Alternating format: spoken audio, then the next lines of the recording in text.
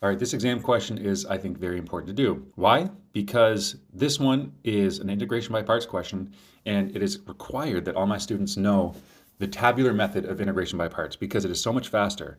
Now, looking at something like this, you would immediately pick this to be the thing that you're deriving. It's just too tempting, right? The tabular method would make that super easy. However, this is a good exam question because you can't do that in this question. You have to pick this as the thing that you're integrating.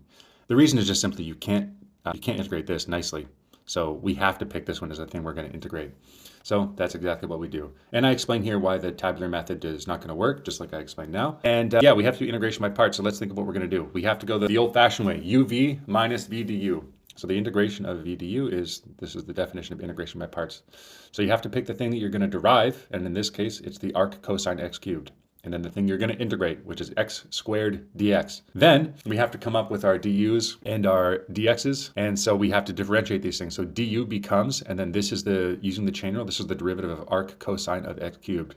It's 1 over the square, this is with the chain rule here, but originally it's 1 over 1 minus x cubed squared times the derivative of x cubed, and that's 3x squared, and then there's a negative one there. And yeah, and then the v becomes the integral of this stuff. So you integrate dv to get v, which means you got to integrate this side, and that gives you x cubed over 3. Now, you have to apply integration by parts. And when we apply it, we just have to rewrite this question in terms of those terms that we got, uv minus integral of v du. You just sub them back in. There's no thinking after. After you've come up with all these terms, you can just literally sub them in to give you this first step here, following the formula. Now we have to assess and analyze. So what actually happened here, if we look closely, it's just a negative that was combined with this negative and they cancel out. So you get this thing here and this thing here. Now, luckily, what we've been able to do is we've been able to get rid of having to integrate the arc cosine term, which is really a big step to solving this. So now we have this thing, which we can forget about because that's actually been dealt with.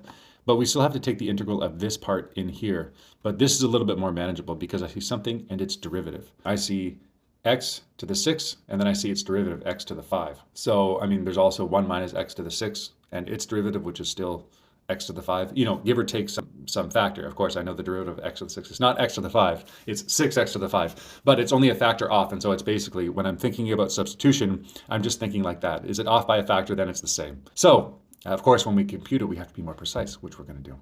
So we do that here. We set u equal x to the 6, and just for time's sake, I'm going to let you solve the rest of this on your own. There's nothing else too complex here. It's a regular substitution problem from here, and you can come on the site and see it here as well. So that's basically it. So if you don't know, I'm Sheldon. I show you how to solve mock and modified past exams to get you ready for your math exams. This is for any integral calculus course. I hope you enjoyed it. Follow for more.